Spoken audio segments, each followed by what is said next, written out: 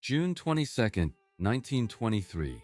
Inside Casa Loma, the greatest castle ever built in Canada, a 64-year-old man prepared to lose everything. Sir Henry Pellatt stood in the Great Hall, surrounded by medieval armor and Renaissance tapestries, watching as city officials catalogued his possessions for auction. He had spent 11 years fighting to keep this castle. Now, crushed by debt and taxes he could never pay, he was losing. The numbers were devastating. $27,000 a year in property taxes alone, nearly $430,000 in today's money. The castle required 40 servants just to maintain the 98 rooms at minimum capacity. The fortune that built this place had evaporated, destroyed by bad investments, a world war that killed his business empire, and property taxes designed to punish exactly this kind of extravagance. Outside, Toronto was changing. The era of private castles was ending before Casa Loma was even finished. The income tax had arrived in 1917, making monuments like this financially impossible. The First World War had transformed society, made displays of wealth seem obscene rather than impressive. Sir Henry Pellatt, the man who had electrified Toronto, who had harnessed Niagara Falls, who had built the largest private castle in North America, was about to be evicted from his own home. Casa Loma cost $3.5 million to build between 1911 and 1914, over $95 million in today's money.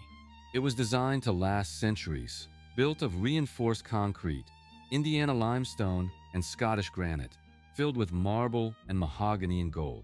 But no one had considered what happens when the fortune that built it disappears, when the business empire that funded it collapses, when the world changes so fundamentally that maintaining a medieval castle in modern Toronto becomes impossible. This was a house that required the wealth of utility monopolies to survive. Those monopolies were gone, seized by the government, destroyed by competition, rendered worthless by technological change. Sir Henry faced an impossible reality. He could continue fighting, pouring what little remained of his fortune into a castle he could no longer afford, or he could surrender, walk away from the monument he had built to prove his place among the world's elite, erasing a decade of dreams and millions of dollars from existence. There was no good answer. The castle that was built to establish Pellatt's supremacy had become a monument to his fall. This is the story of how Canada's grandest private residence became too expensive for even Sir Henry Pellatt to keep. How a castle built to last forever nearly died after just 9 years of occupation, and how it survived only by being taken away. If you enjoy exploring the hidden histories of Canada's most ambitious dreamers, hit that like button and subscribe. Let's begin with the end. Sir Henry Pellatt woke in his bedroom on the second floor of Casa Loma for what would be one of the last times. It was early 1924, winter in Toronto, and the castle was impossible to heat. The massive coal furnaces in the basement consumed fuel endlessly, yet the stone walls remained cold. The 60,000 square feet of interior space, the 30-foot ceilings, the endless hallways, all leaked heat like a sieve, even running the furnaces at full capacity. Much of the castle stayed frigid from November through March. The fuel bills alone were staggering. Henry was 65 years old, his hair white, his fortune gone, his energy depleted. The man who had once commanded business empires, who had raised private armies, who had entertained royalty in this very castle, was now fighting with the city of Toronto over taxes he couldn't pay. The property tax assessment had reached $27,000 annually, an amount that exceeded what most Canadians earned in a decade. Henry's income had collapsed with his business interests, and the tax bill never stopped coming. The castle stood on 25 acres in Midtown Toronto, visible from miles away, a massive stone fortress that dominated the skyline. 5 acres of formal gardens surrounded the main building. Stables for horses and automobiles occupied another building nearby. A greenhouse, a potting shed, staff housing, everything required to maintain a self-contained estate. All of it required money Henry no longer had. His wife, Lady Mary Pellatt, was ill, had been for years. The stress of watching their fortune disappear was killing her slowly. They had no children, no heirs to inherit this magnificent burden. The castle that was supposed to be their legacy would outlast them by choice or by force. The city wanted its tax money, and when Henry couldn't pay, they would seize the property. That was the law, simple and brutal. Henry had already sold what he could. The art collection, piece by piece, auctioned to collectors and museums. The rare books from his library, dispersed to pay debts. Some of the furnishings, the excess that could be removed without destroying the aesthetic. It wasn't enough. The castle itself was worth millions in theory. In practice, it was worthless. Who could afford to buy a 98-room castle in 1924? Who would want to? The era of private fortresses was over before Casa Loma was even completed. The income tax had made them impossible. The war had made them inappropriate. Keeping Casa Loma operational was like maintaining a medieval cathedral in the age of skyscrapers. Henry had already lost so much. His business empire, built over 30 years, destroyed in less than 5. His investment in Brazilian hydroelectric projects, which had consumed 17 million of his fortune, had collapsed when the First World War cut off European financing. His land speculation ventures in Western Canada, once worth millions on paper, were now worthless as the post-war economy stagnated. His monopoly on Toronto's electricity supply, which had made him rich enough to build Casa Loma in the first place, had been taken by the government in 1911 and turned into a public utility. Everything he had built was gone. The decision wasn't really about the castle. It was about what the castle represented.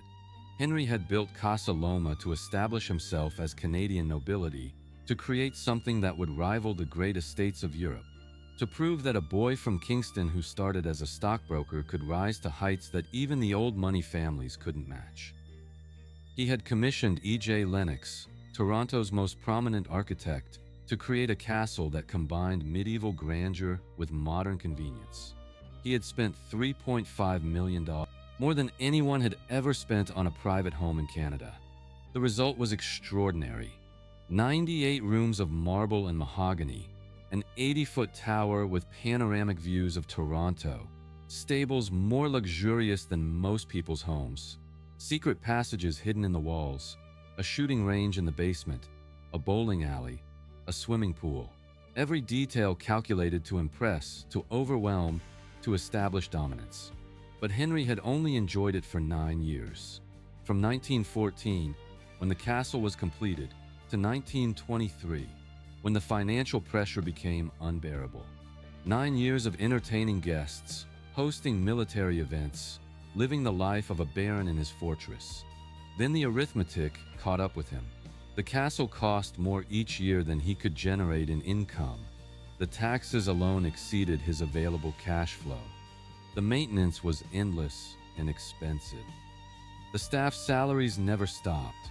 The castle was eating what remained of his fortune, and Henry finally had to accept that he couldn't win this fight. In 1923, Sir Henry Pellatt abandoned Casa Loma. He didn't sell it. He couldn't. There were no buyers. He simply stopped paying the taxes and walked away, moving to a modest house in Toronto with Lady Mary. The castle sat empty that winter, waiting to learn its fate. The greatest private residence in Canada had become an impossible burden. The question wasn't whether Pellatt would lose it. The question was what would happen to a castle that no one could afford to own. The story of Casa Loma begins not with its construction, but with the fortune that made it possible. Henry Mill Pellatt was born on January 6, 1859, in Kingston, Ontario. His father, also named Henry, was a stockbroker who moved the family to Toronto when young Henry was still a child. The city was growing rapidly, transforming from a provincial town into Canada's financial capital. Henry grew up watching fortunes being made in railways, mining stocks, and land speculation. He learned early that wealth in Canada came from controlling infrastructure, the railways that moved goods, the utilities that powered cities, the land that everyone needed. His education was practical rather than aristocratic. He attended Upper Canada College, Toronto's elite private school, but he didn't go to university. Instead, at 17, he went to work at his father's brokerage firm, learning the stock market from the ground up. He was good at it, quickly developing a reputation as a shrewd investor who understood how to read market trends and identify opportunities before others saw them. In 1882, at 23 years old, Henry married Mary Dodgson, the daughter of a prominent Toronto businessman. The marriage was solid, built on mutual respect and shared ambitions. Mary would become his partner in everything, supporting his business ventures and his social climbing with equal dedication. Together they would build an empire, and together they would watch it collapse. Henry's early fortune came from the stock market, but his real breakthrough came in 1883 when he helped found the Toronto Electric Light Company. Electricity was the future. Everyone knew it, but few understood how to commercialize it effectively. Henry saw the opportunity. Toronto was growing rapidly. Businesses needed power, homes wanted light that didn't require gas or oil lamps. He invested heavily in the new company and worked to secure contracts across the city. The Toronto Electric Light Company became one of the city's first electricity providers, and Henry's stake made him wealthy. But Henry wasn't content with one utility company.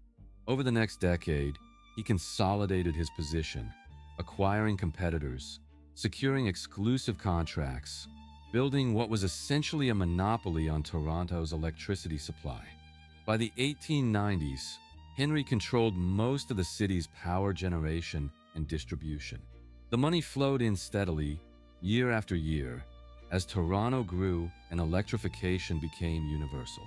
Henry reinvested his profits aggressively. He bought into hydroelectric projects at Niagara Falls, recognizing that falling water was cheaper and more reliable than coal-fired generation.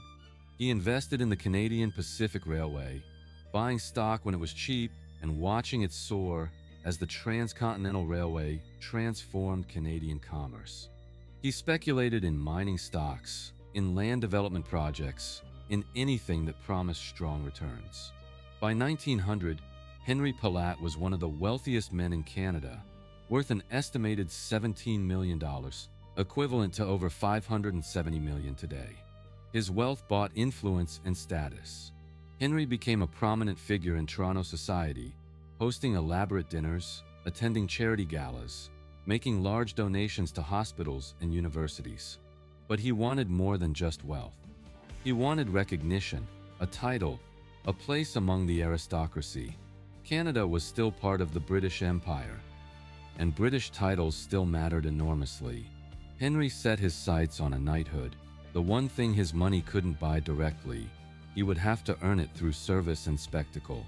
In 1876, at 17, Henry had joined the Queen's Own Rifles, a militia regiment based in Toronto.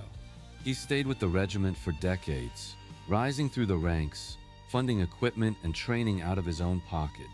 By 1905, he had achieved the rank of major, but more importantly, he had become one of the regiment's primary benefactors.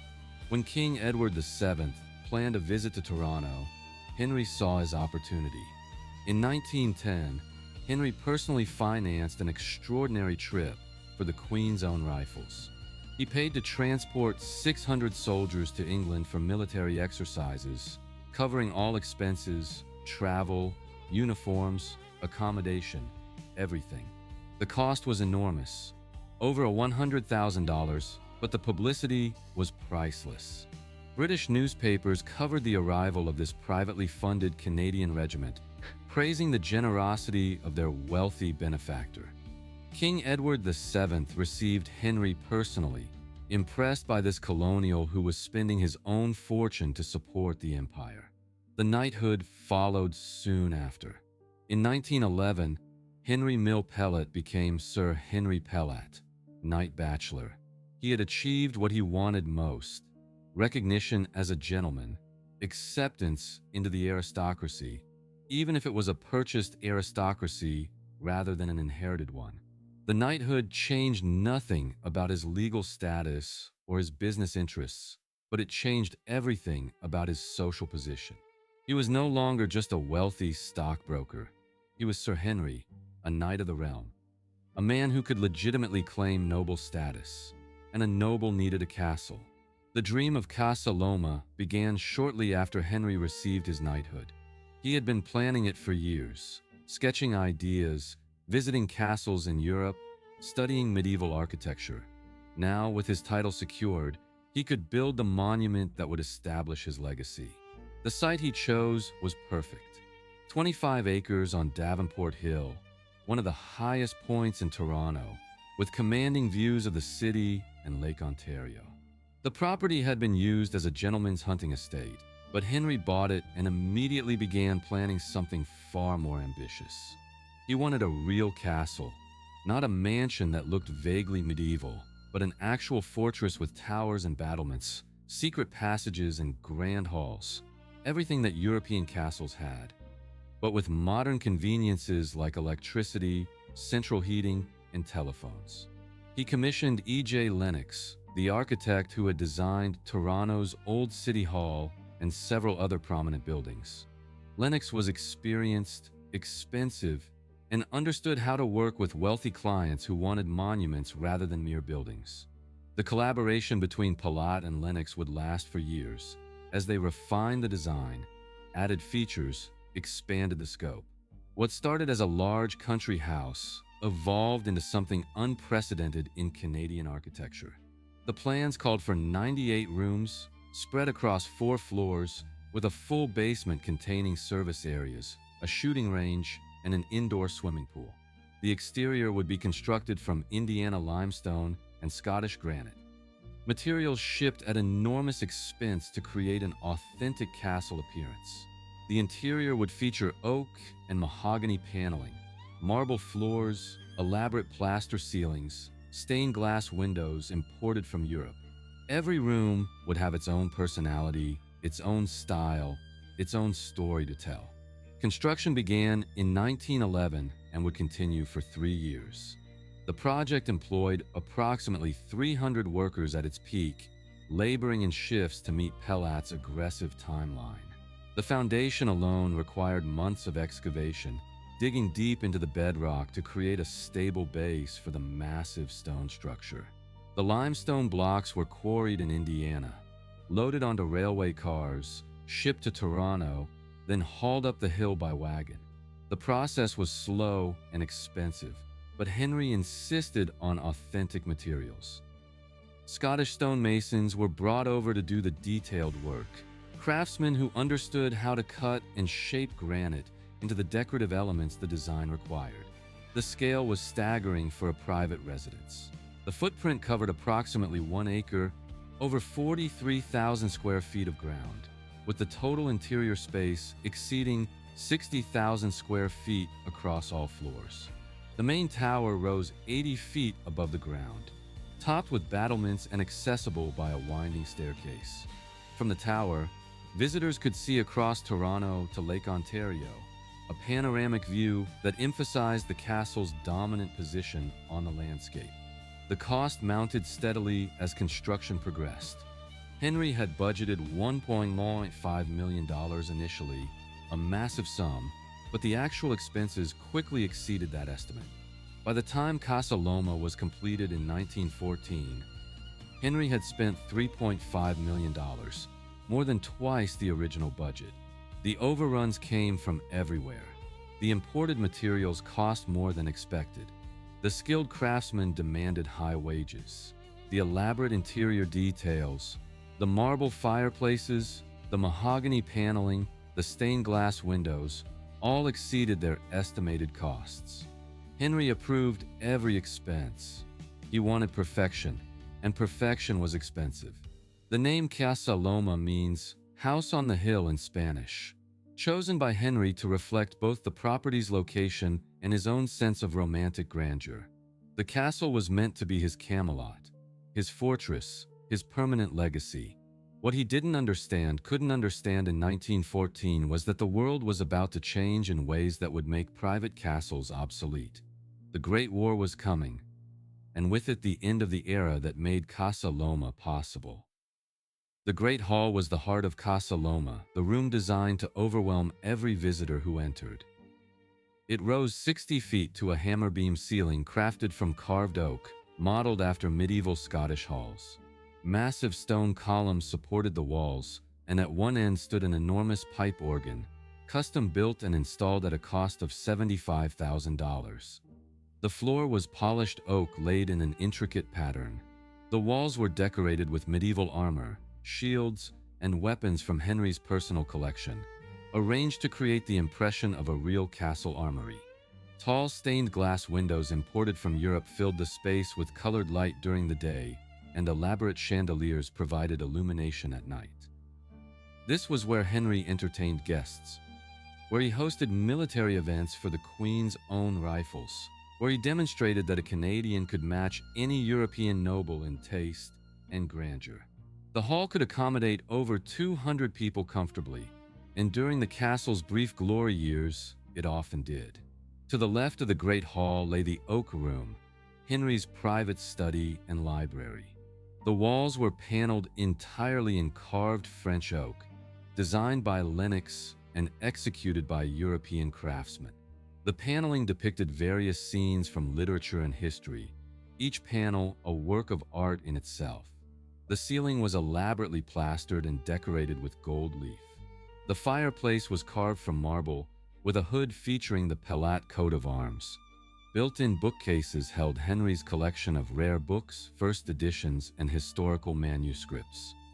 The furniture was heavy and masculine, leather chairs and oak tables designed for serious work and quiet contemplation.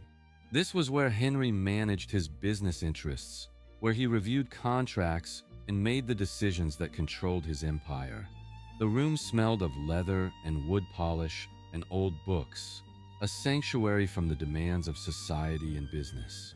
The library connected to the conservatory, one of Casa Loma's most distinctive features. The conservatory was a massive glass-roofed room, essentially a greenhouse attached to the castle, where tropical plants grew year-round despite Toronto's harsh winters. The floor was Italian marble, heated from below to maintain the temperature required for exotic plants. Fountains and statues created a Mediterranean atmosphere. Paths wound between planters filled with palms, orchids, and flowering trees. The conservatory served as a transitional space between the formal interior of the castle and the gardens outside, a place where guests could experience luxury even in January. Maintaining the conservatory required full-time gardeners and enormous heating costs, but it was one of Henry's favorite spaces, a reminder that wealth could create summer and winter. The dining room could seat 50 guests at a single massive oak table. The walls were covered in hand-painted canvas murals depicting medieval hunting scenes. The ceiling was plastered in an elaborate pattern and gilded with gold leaf. At one end stood another marble fireplace, large enough to roast an entire pig, though it was used only for atmosphere rather than actual cooking. The chandeliers were crystal, imported from Austria, and the tableware included solid gold serving pieces and sterling silver flatware. Formal dinners at Casa Loma were elaborate affairs, with multiple courses served by liveried footmen, wines chosen from Henry's extensive cellar, and entertainment provided by musicians in the gallery above. These dinners established Henry's position as one of Toronto's leading hosts, a man who could entertain with European sophistication. Lady Mary's suite occupied the southeast corner of the second floor, a private apartment designed specifically for her needs and tastes. The bedroom was decorated in a French style with silk wall coverings and delicate furniture. Her bathroom featured a marble bathtub carved from a single piece of stone with gold-plated fixtures shaped like dolphins. The water was heated by the castle's central system, one of the most advanced in North America at the time, capable of providing hot water to multiple rooms simultaneously. A sitting room connected to the bedroom, where Mary could receive close friends privately or work on her correspondence. Large windows overlooked the gardens, providing natural light and views of the formal landscaping. Hidden doors connected her suite to other rooms, allowing servants to enter without being seen, maintaining the illusion that the space was maintained by invisible hands.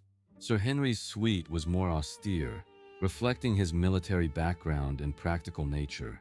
The bedroom was paneled in dark wood with heavy furniture in an Edwardian style. His bathroom featured modern conveniences, including a large shower with multiple heads, an innovation in 1914. The water pressure was excellent, fed by gravity from tanks on the roof and supplemented by electric pumps in the basement. His dressing room was lined with wardrobes containing his military uniforms, his formal evening wear, his extensive collection of suits and accessories. Everything was organized with military precision, each item in its designated place, maintained by his valet and ready for use at a moment's notice. The castle contained 25 fireplaces, each one unique, carved from different varieties of marble and stone. Some were purely decorative, while others were functional, capable of heating entire rooms when the central heating system was insufficient. The mantels featured elaborate carving, coats of arms, classical scenes, anything that added to the medieval atmosphere. During winter, fires burned in the main rooms, creating a warm glow and filling the castle with the scent of burning wood. The staff responsible for maintaining these fireplaces had to carry wood, clean ashes, and ensure that fires were lit before guests arrived and maintained throughout events. It was labor-intensive, expensive, and entirely in keeping with the castle's character. The basement contained one of Casa Loma's most unusual features, a 25-meter indoor shooting range. The range was fully functional, with targets at the far end and safety features to contain bullets. Henry used it for practice and for entertaining guests, particularly military officers who appreciated the facility. The walls were lined with gun racks, holding his collection of rifles and pistols, some antique, others modern sporting weapons. A small armory contained ammunition and cleaning supplies. The shooting range was accessed through a heavy door, and the sound of gunfire was largely contained, though servants elsewhere in the basement could hear the muffled reports during practice sessions. Adjacent to the shooting range was an indoor swimming pool, never completed. The room was excavated and tiled, with changing rooms prepared and plumbing installed, but the pool itself was never filled. The expense of heating a pool year-round was too much even for Henry, or perhaps the project was simply abandoned as his financial situation deteriorated. The empty pool room stood as a monument to ambitious plans that exceeded even a millionaire's resources, a reminder that Casa Loma had been designed without any real consideration of operating costs. The stables were separate from the main castle, a building of their own that rivaled many mansions in quality and expense. The structure housed horses in carved mahogany stalls with brass fittings. The floors were Spanish tile, heated to keep the animals comfortable in winter. Each stall had running water, electric lights, and a nameplate for the horse occupying it. Above the stables was a carriage house containing Henry's collection of automobiles, early models that represented the cutting edge of transportation technology. The cars were maintained by a full-time mechanic who lived in staff quarters attached to the building. The stable complex also included a tack room, storage for feed, and accommodations for grooms. The entire facility was designed to showcase Henry's horses and cars, proof that a modern noble needed both traditional and modern modes of transportation. A 244-meter tunnel connected the stables to the main castle, running underground to allow servants and supplies to move between buildings without being exposed to weather. The tunnel was large enough to walk through upright, with electric lights along its length and a small railway track for moving coal and supplies. The tunnel represented both convenience and extravagance, a feature that cost thousands to build but made life in the castle marginally easier. For servants pushing coal carts or carrying supplies, the tunnel was essential during Toronto's harsh winters. For guests, it was another curiosity to be shown during tours, evidence of the castle's completeness. The total cost of furnishing and decorating Casa Loma brought the final expenditure to approximately $3.5 million by 1914. Henry had gotten what he paid for, a castle that matched anything Europe could offer, with modern conveniences that surpassed most old-world fortresses. Electricity, telephones, central heating, hot and cold running water, all the benefits of 20th century technology hidden behind medieval aesthetics. Casa Loma proved that Canadian wealth could match European aristocracy in grandeur and exceed it in comfort. But it also proved something Henry didn't anticipate. It proved that building a monument is easy compared to maintaining one. The castle was designed to last centuries, but it required enormous annual expenses to survive. The fortune that built Casa Loma seemed solid in 1914, but within a decade, it would be gone. Casa Loma was occupied for only a few months each year during its brief glory period.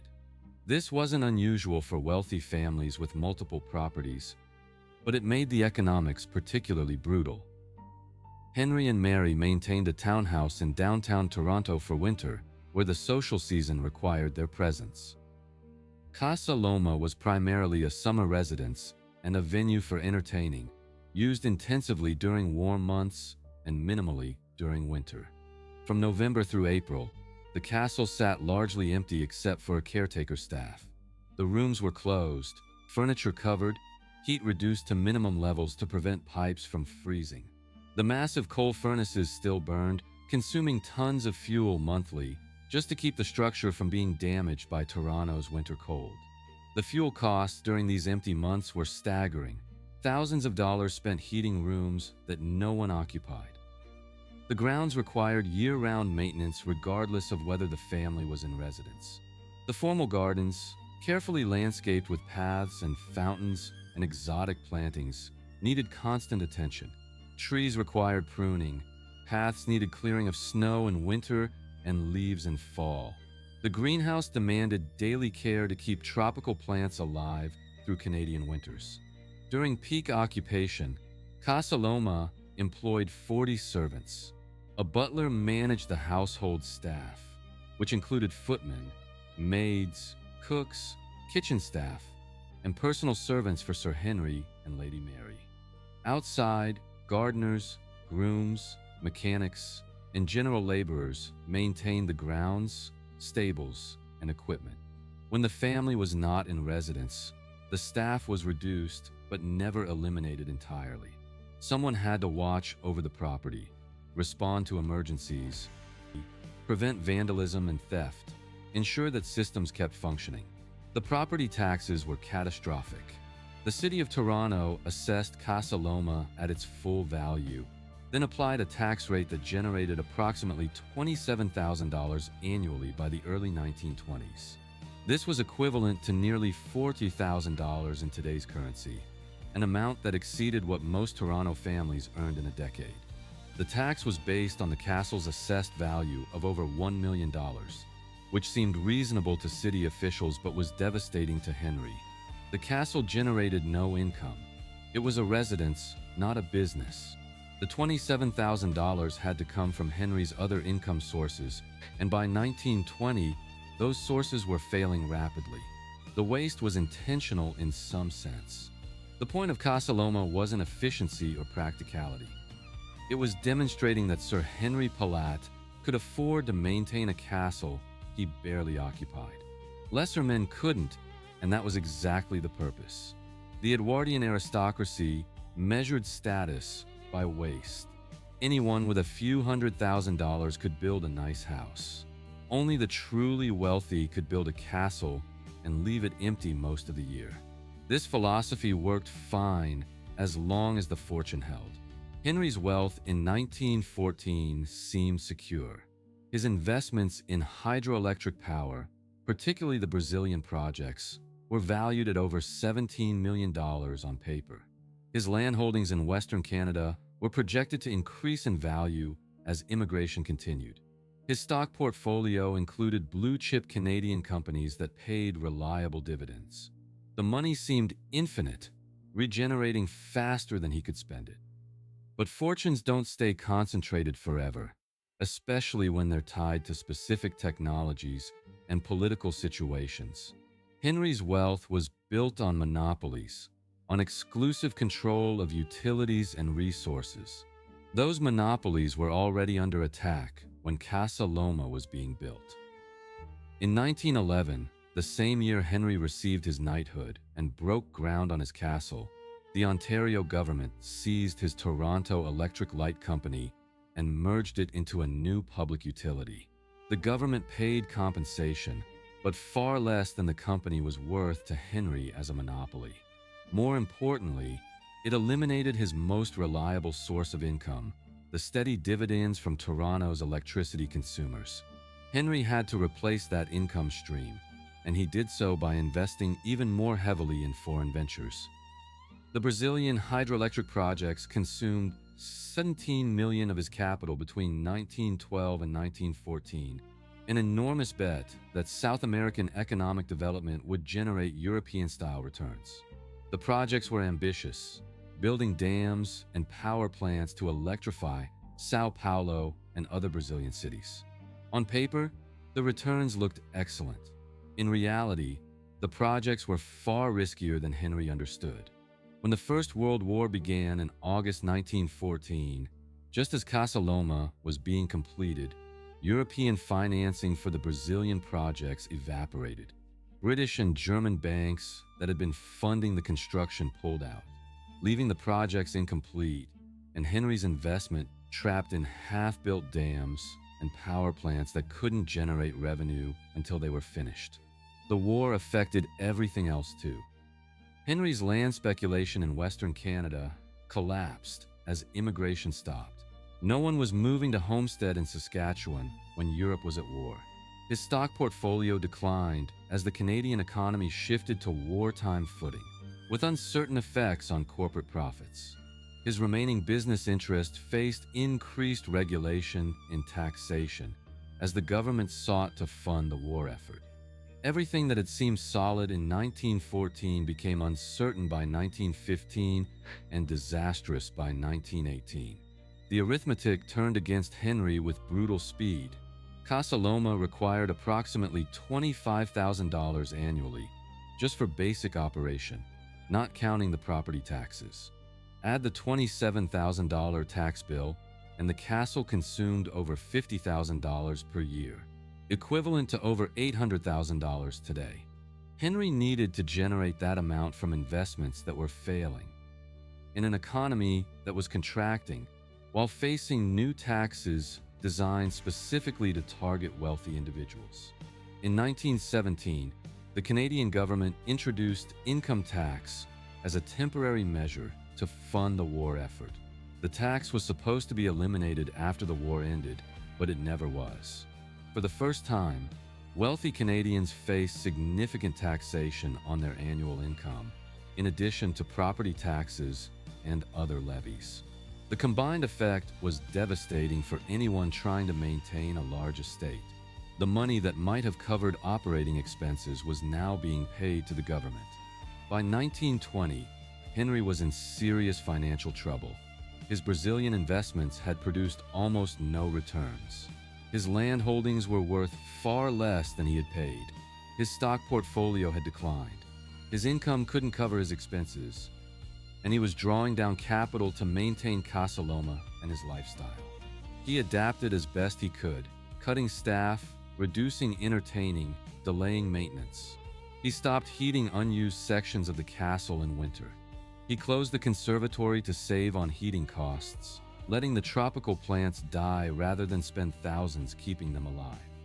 He sold some furniture and artwork, piece by piece, trying to raise cash without destroying the castle's aesthetic.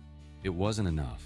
By 1923, Henry owed $27,000 in unpaid property taxes, an amount the city refused to forgive or defer.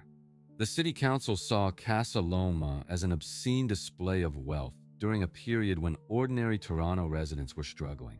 They felt no sympathy for a millionaire who couldn't pay his taxes. The law was clear. If property taxes weren't paid, the city could seize the property and sell it for unpaid amounts owed. Lady Mary's health had deteriorated alongside their fortune. The stress of watching everything collapse was killing her. She suffered from various ailments, none specifically diagnosed, but all debilitating. The woman who had hosted elaborate dinners and entertained royalty was now largely bedridden, watching from her suite as the castle she had loved became a burden too heavy to bear. Henry had no good options left. He could continue fighting, selling more assets, borrowing money, dragging out the inevitable. Or he could surrender, walk away from Casa Loma while he still had some dignity and resources intact. In 1923, Sir Henry Pellatt made his decision. He would abandon Casa Loma rather than be evicted from it. He and Lady Mary moved to a modest house in Toronto, taking only personal possessions and some furniture. The castle was left furnished, everything still in place, simply locked and turned over to the city for unpaid taxes. The great castle on the hill sat empty. The rooms that had hosted military balls and formal dinners fell silent. The great hall's pipe organ went unplayed. The conservatory, already dying, completed its transformation into a dead greenhouse. The stables sat empty, the horses sold, the automobiles disposed of. The servants were dismissed, moving on to other positions or other cities. Casa Loma had been occupied for just 9 years, from 1914 to 1923. 9 years of living the dream of being a noble in a castle. Then the arithmetic caught up and the dream ended. The cost had been everything. Henry's business empire was gone. His fortune was depleted. His health was broken. Lady Mary was dying. All that remained was the castle itself, magnificent and useless, a monument to ambition that exceeded even a millionaire's ability to sustain. Sir Henry Pellatt spent his final years in diminished circumstances, though never in actual poverty. He retained some investments and property, enough to live comfortably in a normal house, but nothing like the wealth he had commanded in his prime. Lady Mary died in 1924, just a year after they abandoned Casa Loma. The stress and heartbreak had finally killed her. She was buried in Toronto, and Henry mourned her sincerely. They had been married for 42 years, partners in everything, and she had supported his ambitions even when they proved ruinous. Henry lived for another 15 years, watching from a distance as Casa Loma's fate unfolded. The city tried to sell the castle, but there were no buyers. Who wanted a 98-room fortress that cost $50,000 a year to maintain? A few inquiries came from hotels and institutions, but none resulted in sales. The property was too specialized, too expensive, too impractical. For several years, Casa Loma sat empty and deteriorating. Vandals broke windows. Weather damaged the roof. Lack of heating caused pipes to freeze and burst. The castle that had been built to last centuries was being destroyed by neglect after less than a decade. In 1925, the Kiwanis Club of Toronto negotiated a deal to use Casa Loma as a venue for events and fundraisers. They invested in basic repairs and opened the castle for tours occasionally, charging admission to cover costs. The experiment was moderately successful, but it couldn't generate enough revenue to truly maintain the property. The castle needed major investments, roof repairs, heating system upgrades, plumbing fixes, all requiring money that tour revenues couldn't provide. In 1933, the castle briefly became a luxury hotel, Casa Loma Inn, but the venture failed within a few years. The location was awkward for a hotel, the operating costs too high, the entire concept misjudged. By the late 1930s, there was serious discussion of demolishing Casa Loma entirely. The structure was deteriorating, costing the city money, generating little revenue. Demolition would eliminate the problem and free the valuable land for development. Preservationists fought the demolition plans, arguing that Casa Loma was an important piece of Toronto's architectural heritage. The debate continued through the Second World War, with the castle's fate uncertain. Henry watched these developments from his modest home, powerless to influence the outcome. The monument he had built was now entirely beyond his control. Sir Henry Pellatt died on March 8, 1939, at the age of 80. He passed away in the modest house where he had lived since abandoning Casa Loma 16 years earlier. The newspapers covered his death extensively, recounting his achievements, his knighthood, his business empire, and inevitably, his castle. The obituaries were respectful but tinged with irony.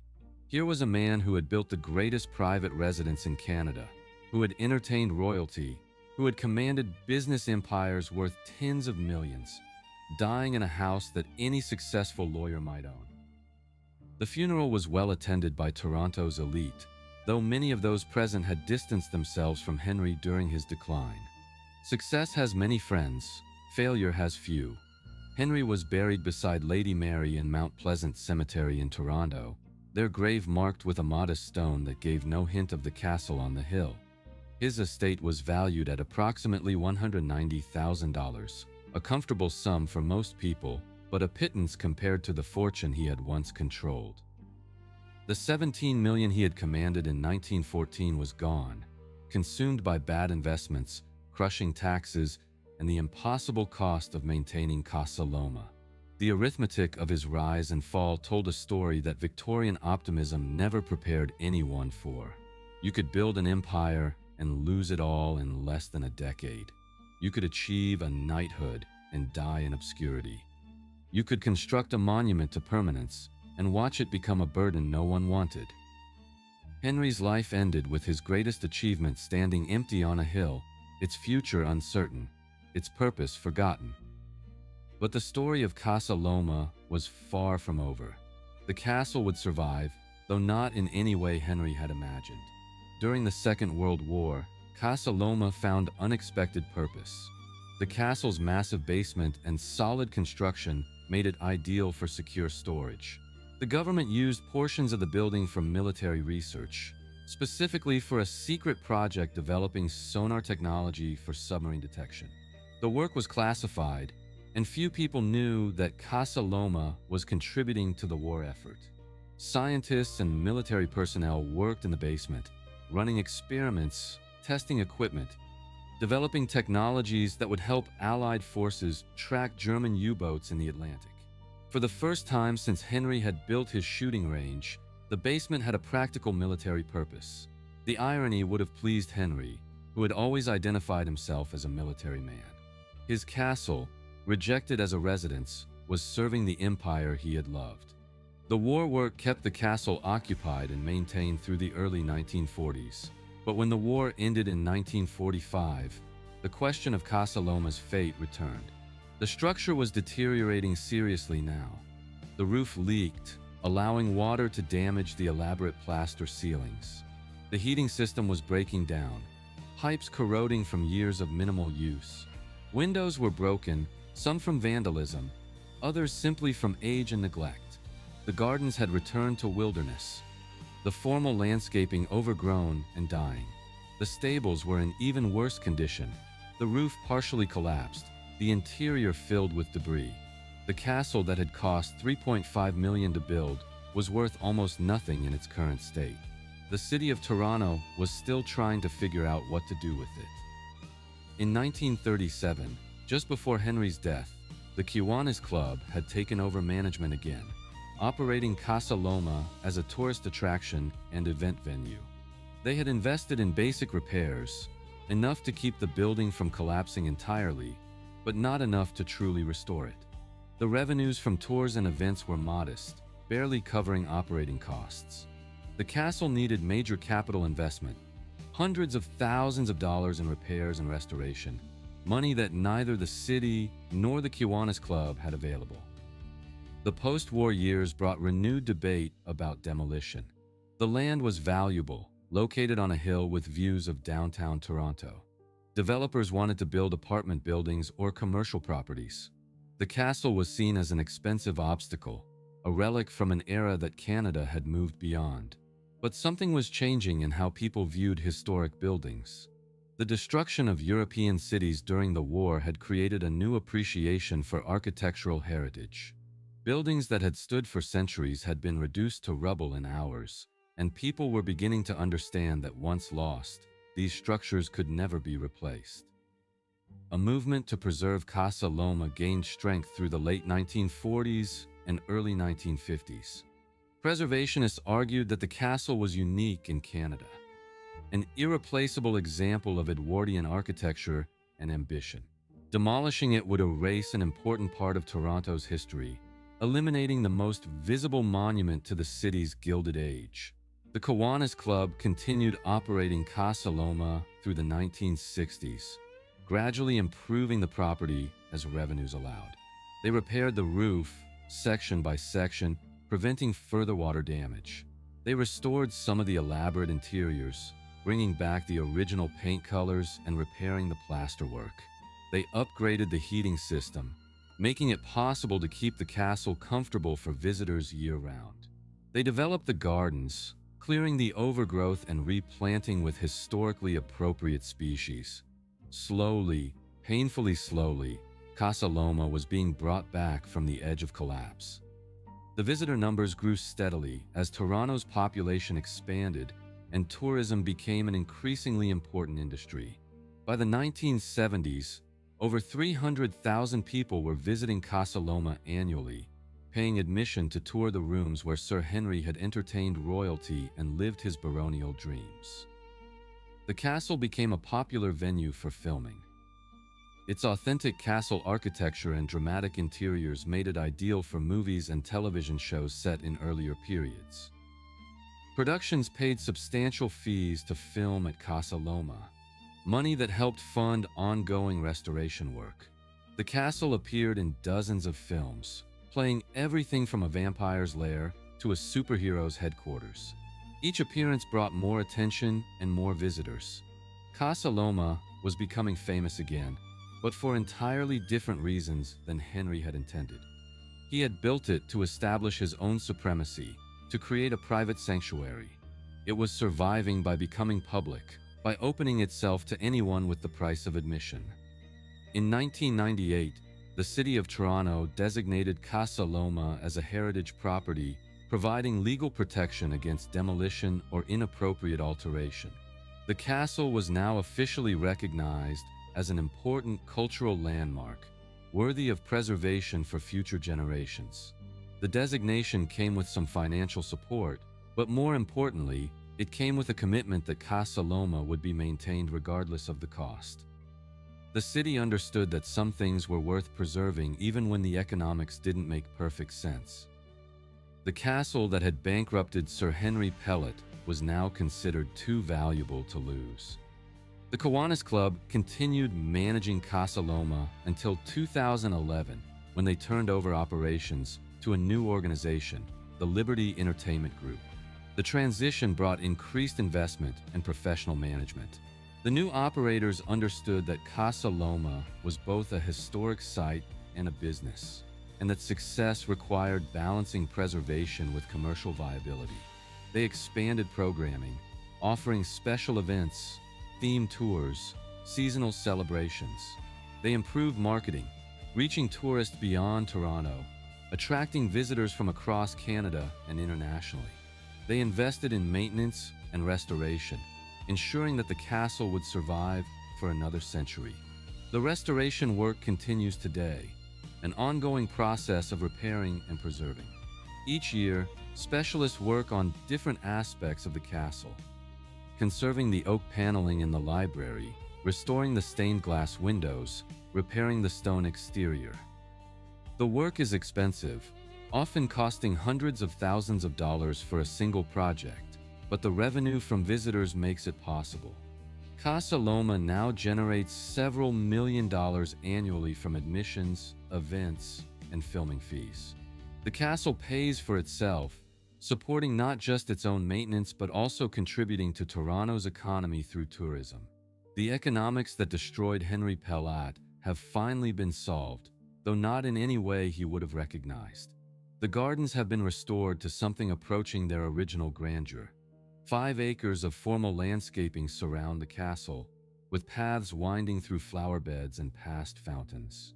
The conservatory was rebuilt in the 1990s, once again filled with tropical plants and operated year-round. The stables were restored and converted into exhibit space, telling the story of Henry's life and the castle's construction. Visitors can now walk through the same spaces where Henry kept his horses and automobiles, seeing displays that explain how the castle was built and why it nearly failed. The tunnel connecting the stables to the main castle has been reopened, allowing visitors to experience one of Casa Loma's more unusual features. Inside the castle, the rooms have been meticulously restored and furnished with period-appropriate pieces. Many of the original furnishings were sold during the financial collapse or dispersed when the castle was abandoned, but the restoration team has acquired similar pieces from the same era, creating interiors that closely match historical photographs. The Great Hall looks much as it did when Henry entertained the Queen's own rifles there. The oak paneling in the library gleams with the same rich finish it had when installed. Lady Mary's suite has been restored with silk wall coverings and delicate furniture appropriate to an Edwardian lady's private apartment. The restoration isn't about creating a museum frozen in time. It's about helping visitors understand what life was like in Casa Loma during its brief glory years. Tour guides lead visitors through the castle, explaining not just the architecture and decorative details, but the human story behind them.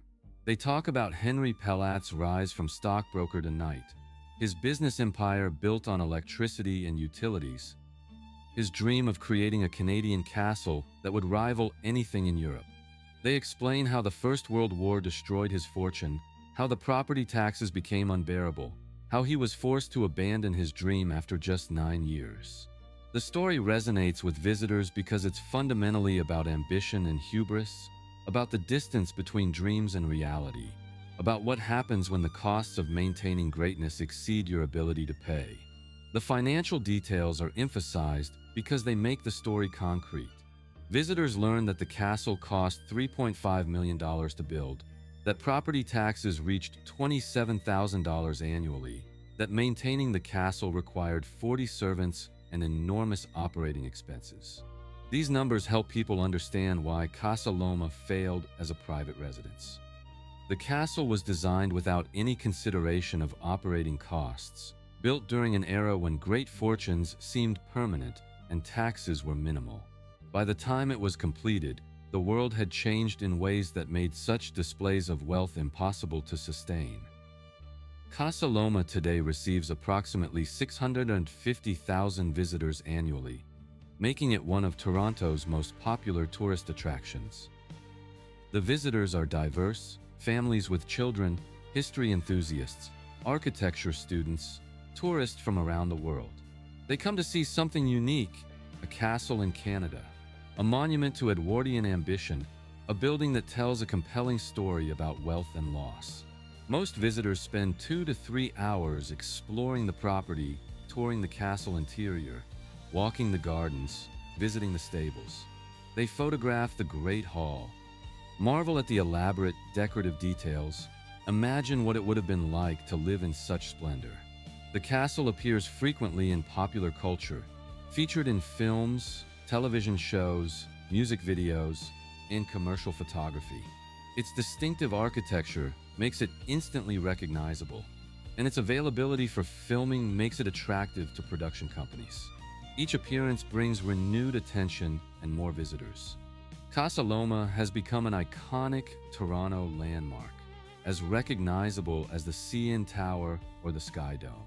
The castle that Henry built to establish his personal legacy has become part of the city's collective identity, a symbol of Toronto's history and ambition. During the Christmas season, Casa Loma receives special decoration with historical accuracy in mind. The rooms are decorated as they would have been during Henry and Mary's time, with fresh greenery, period-appropriate ornaments, and elaborate displays. The chandeliers glow, the fireplaces burn, the castle comes alive in ways that approximate its original purpose.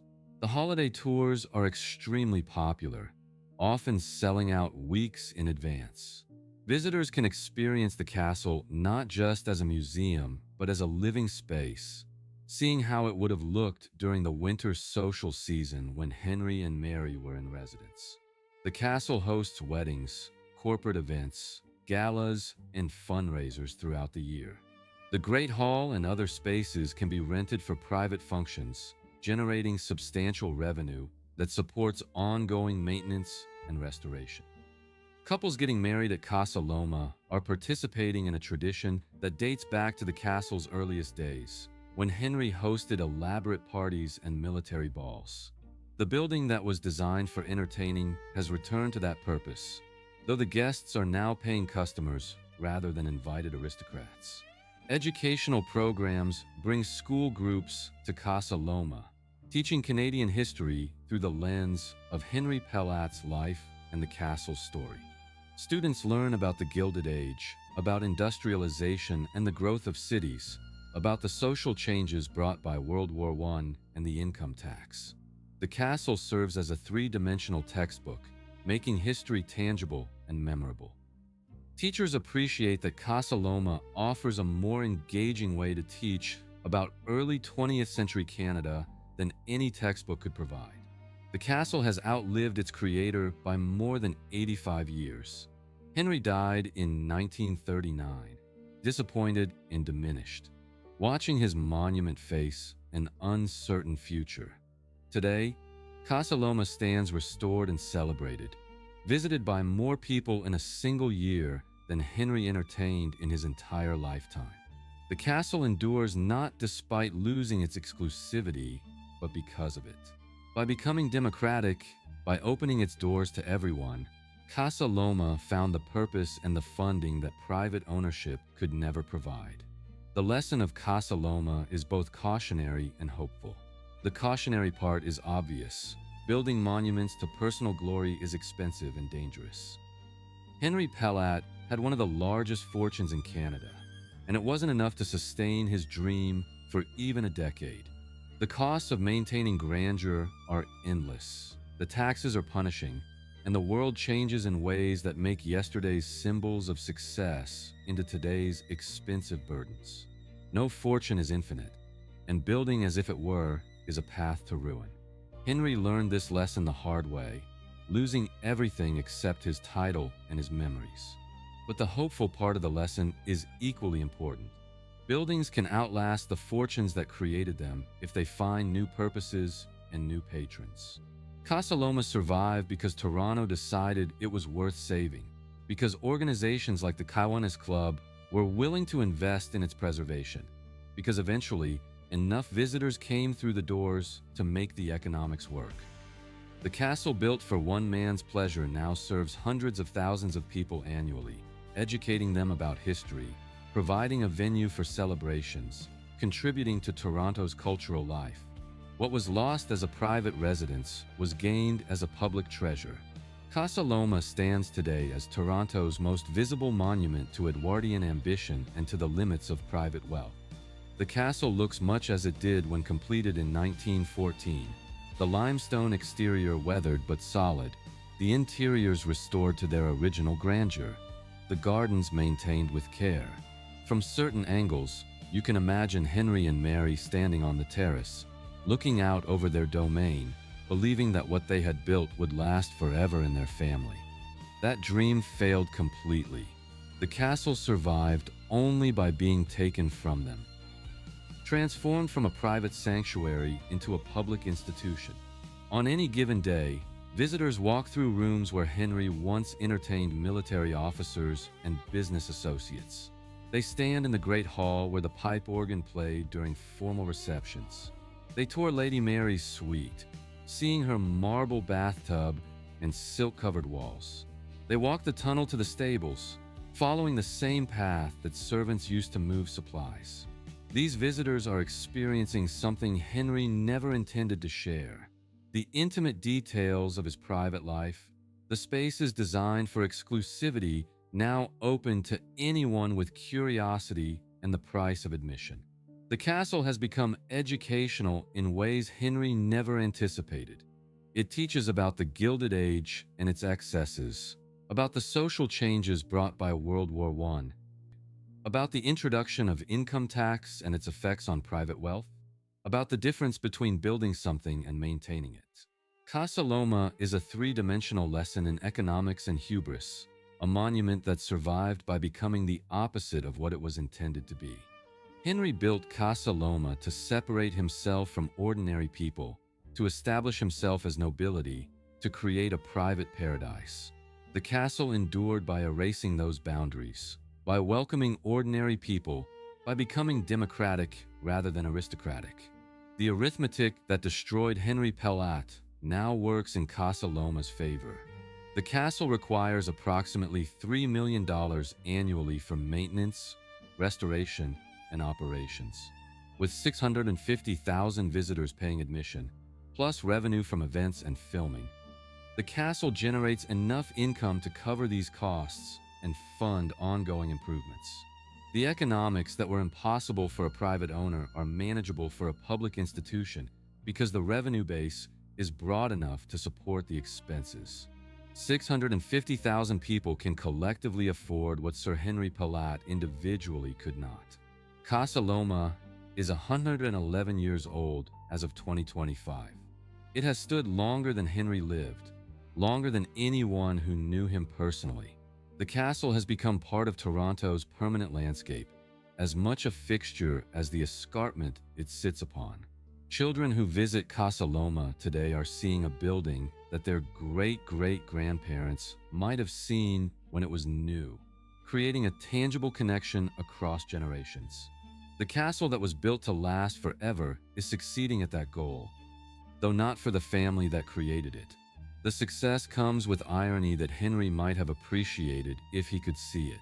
The castle survives because it became exactly what he had feared: a public building, a commercial venture, a place where ordinary people could walk freely through spaces designed for nobility. The exclusivity he prized has been completely inverted. The privacy he demanded has been eliminated. The monument to his personal achievement has become a monument to something larger, to an era, to a city's history, to the idea that some things are worth preserving even when their original purpose has become obsolete. Standing in the Great Hall today, you can almost hear echoes of the past. The pipe organ that played during military balls, the conversations of guests in formal evening wear, Henry's voice directing servants as they prepared for another elaborate dinner, Lady Mary greeting visitors in her elegant gowns, the sounds of a castle alive with activity and purpose. Those echoes are imaginary now, supplied by visitors' minds as they try to picture what life was like when Casa Loma was a residence rather than a museum. But some sounds are real. The voices of tour guides explaining the history, children asking questions about the secret passages and the medieval armor, the click of cameras as visitors photograph the elaborate interiors, the footsteps of hundreds of people moving through rooms that were designed for dozens. These are the sounds of Casa Loma's second life, the life that saved it from demolition and obscurity. The castle is noisier now than it ever was during Henry's time, filled with the conversations of strangers rather than the carefully controlled society of invited guests. The gardens provide perhaps the clearest metaphor for Casa Loma's transformation. Henry's formal landscaping required full-time gardeners, enormous expense, constant maintenance. The gardens were designed to be admired by select guests during exclusive parties. Today, the gardens are maintained by the castle's operations, funded by admission revenues, and open to anyone who visits. On summer afternoons, families picnic on the lawn where Henry once hosted garden parties for Toronto's elite. Children run along paths where military officers once strolled. The exclusivity has been replaced by accessibility, and the gardens have never been more appreciated or more used. Casa Loma proves that monuments can survive their creators if they adapt to changing times. The castle that was built as a private residence became a hotel, then an event venue, then a military research facility, then a tourist attraction. Each transformation was necessary for survival. Each represented a compromise of Henry's original vision. But the alternative was demolition, erasure, the complete loss of something unique and irreplaceable. By accepting these transformations, by surrendering exclusivity for accessibility, Casa Loma gained permanence. The castle stands as a reminder that wealth itself is temporary, but the physical objects that wealth creates can endure if they serve purposes beyond their builders' egos. Henry Pellatt wanted Casa Loma to establish his family's place among Canada's aristocracy, to create a dynasty that would last generations. That dream died with him, but the castle survived by becoming something more democratic, more accessible, more useful to more people. The monument to one man's ambition became a monument to an era, and in that transformation found the sustainability that private ownership could never provide. 650,000 visitors annually walk through Casa Loma, each one contributing a small amount that collectively makes the castle viable. The fortune that Sir Henry Pellatt couldn't maintain alone is now maintained by hundreds of thousands of people, each playing a tiny part in preserving something they consider worth saving. The castle that proved too expensive for even a millionaire to keep survives, because the cost is spread across a community that values architectural heritage and historical preservation.